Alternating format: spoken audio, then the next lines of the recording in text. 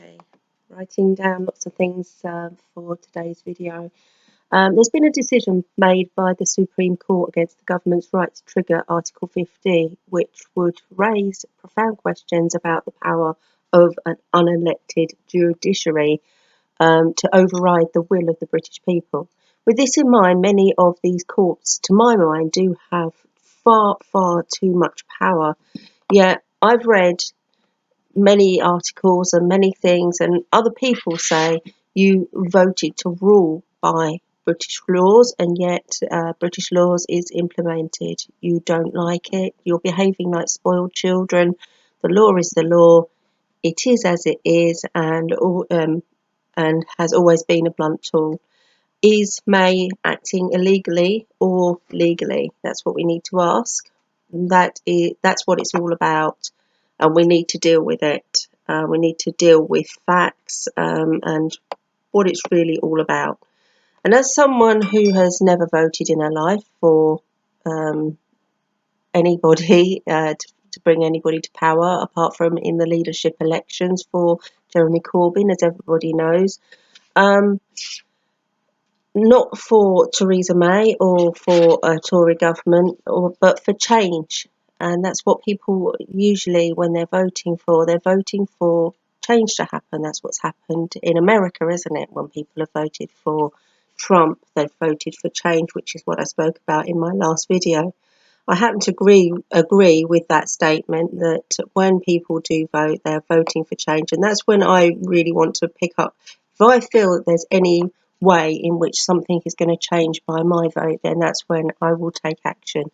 I not only voted to protest against what is currently and clearly wrongful in my Brexit vote, but it is that we get ourselves into such a mess that it comes to this, don't you think? Are those who are asking the court to put it right the problem? We need to ask. I'm not so sure. Courts are these days, it seems, very biased, and there's a lot of unfairness in the courts, and that's not what courts are supposed to be about. They're supposed to bring about truth, and bring about fairness in what is right. And I have little faith myself in the justice system anymore, considering so much injustice has happened to me with those systems. And if these judges think that they have so much self-righteous power over the democratic vote of the UK, then the people who are now going to the High Court should have the power to put it right themselves, don't you think? Power that can overturn, if they've got somebody else has got the power to overturn not only democracy, also it takes false control over what is natural law. It can take children from mothers and fathers, and it can make criminals out of innocent people. It can make people feel like they've caused some heinous crime for going a few miles an hour over the speed limit. It can turn children into bad kids because they may be wearing the wrong school uniform. It can criminalise parents and cause children to see parenting as something that should be run by the state. And this is something that's happening right now, and we need to start looking at how we're actually being taken over by a system. Even if we think that we've won a vote, the overturning of it still means that these people have ultimate control. So now it can take hold of this democratic vote and give it back to the very people who asked for us to vote in the first place, to do the opposite of what you have decided you want them to do. So we need to question who gave the public control in the first place. Don't you see how you're all slowly but surely losing your freedom from all of this? As most people will know, I'm an avid supporter of Labour and of Jeremy Corbyn, but if, as it seems is happening, he allows Blair to start waving his chequebook at him to turn the Brexit vote around, I will seriously be considering rethinking my loyalties, because Jeremy Corbyn was all for standing up for the rights of the people to have a say, and in all of this I question what it is that's happening to natural law over state law. slowly allowing things to be passed through Parliament. Not at all worried about it, but we should be. The final outcome is the ultimate goal. But what of the protecting of democracy? What of protecting of natural laws as well? What of nature's way? It's slowly dying because it's being taken out of our hands. Right now, we are being governed by an unelected leader who is willfully allowing thousands to die, and we trusted her to do what we have voted for. They say that there is not enough money for pensions and they're privatising everything. The NHS is slowly but surely being run down so that the only way forward is privatisation. Our rights are being taken away and we let it because it's easier that way. We're slowly but surely being Americanised. You will have to pay into an insurance company to pay for when you get sick if this continues.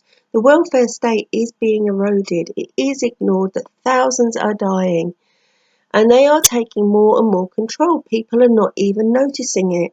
On Monday, tomorrow, these 11 judges of the Supreme Court begin hearing the government's appeal against the decision of the people to Brexit.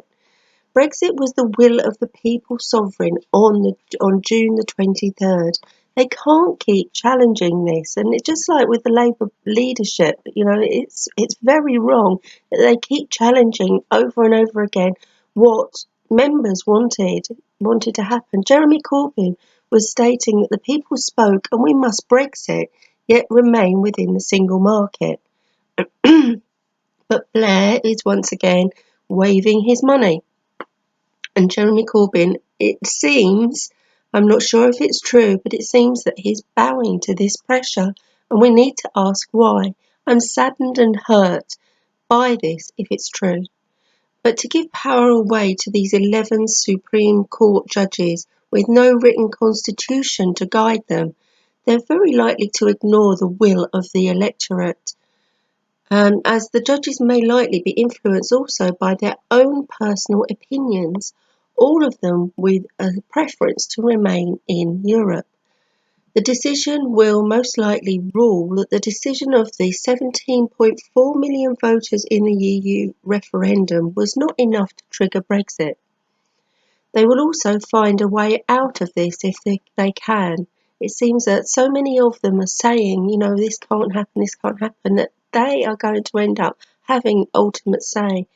And it's going to cause riots. It's going to cause people to riot and get very angry. And this is exactly what any government needs to be trying to avoid. But that's what's happening. And it's not just about Brexit. This is about something much bigger. It's about threatening democracy, threatening freedom. It's about our right to vote and know that that vote will be accepted. And I've had to accept rulings that have gone against natural law. It's gone against me as a mother. I've had to live with those rulings. But this whole system is getting really out of hand. And this has been happening over the last 5 to 10 years. It seems to be, or more, but mostly I've felt it myself over the last 5 to 10 years. It is a farce that David Cameron said clearly that the government will implement what you decide. Tony Blair went against the wish of the British people on Iraq in the Iraq War, and look at the outcome. Now he's back and waving his wallet around. He's made billions out of it, and it's a disgrace. Hoping once again to refuse the will of the British people in favour of his own wish and will. We seem to be led by Blair rather than the one who is supposed to be leading this country, this Prime Minister, and it's really very scary indeed.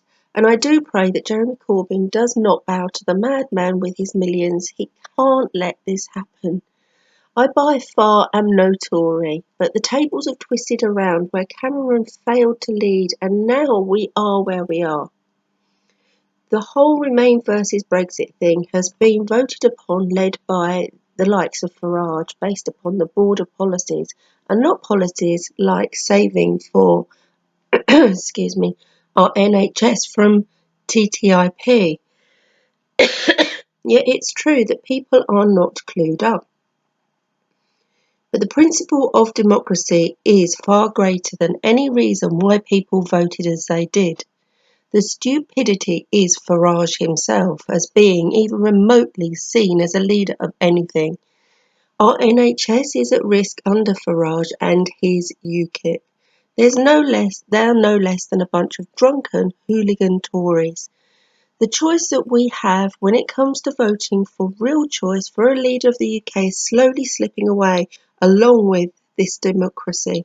If Jeremy Corbyn allows Blair to not have to face the music about his role in continuing to fail to recognise a public vote again, if democracy can be so easily removed, what for our future?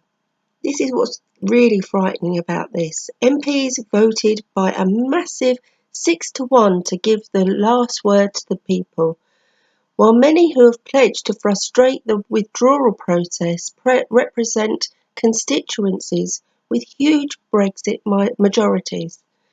We must, as people, fight to bring back natural law over those powers who are taking control of our lives, our homes, and our families. The only reason there is to stick with Labour, where we cannot name one reason why having 1 million people using food banks and soup kitchens is not reminiscent of Victorian England, plus the terrible state of rented properties when people get chucked out with young children for complaining. But again, this is all about the system taking control and not caring about the people, not listening or hearing the cries of the sick and disabled. The people are having their natural rights to live and survive taken away. Children are having their rights taken away as they are being removed from their families for little or no reason at all.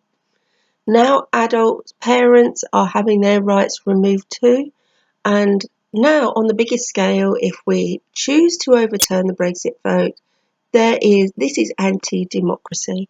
On the grandest scale, taking away the rights of thousands of British able and capable adults to have a decision. The problem is, because it's seen as a law, it is seen as correct.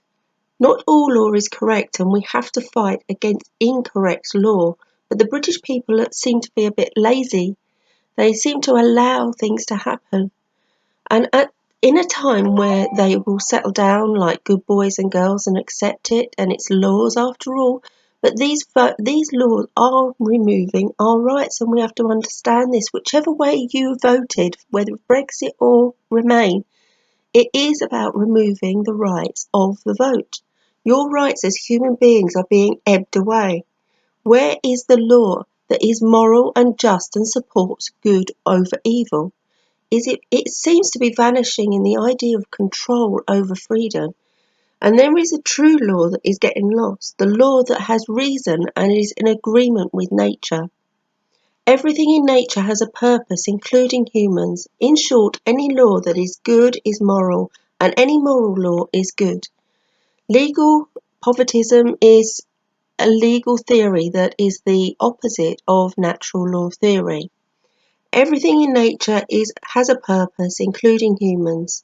Law should be based on morality and ethics, but it isn't. It's based more on how much money can be made by a case being brought to court. Hence, it is so that more recently, less well-off cannot even access legal aid, forgetting about the previous laws created by King John with the signing of the Magna Carta, which said that everyone should have a right to equal representation. This no longer is the case. There is a big difference and a divide between natural law and human law that divide us and is growing ever bigger. When people like Blair get involved, any purported law which is in conflict with natural law or divine law is a mere corruption of the law and is not binding by virtue of its own legal quality. Nevertheless, even if an enactment is contrary to natural law and so unjust, it's said that obedience may still be proper to avoid. A bad example of civil disobedience, avoiding scandal or some particular danger. Political rulers have quite a lot of room for manoeuvre, so long as what they lay down is guided by a reasoned assessment of the common good. It has the power to bind in conscience. But what conscience has Blair ever shown us in disregard for human life?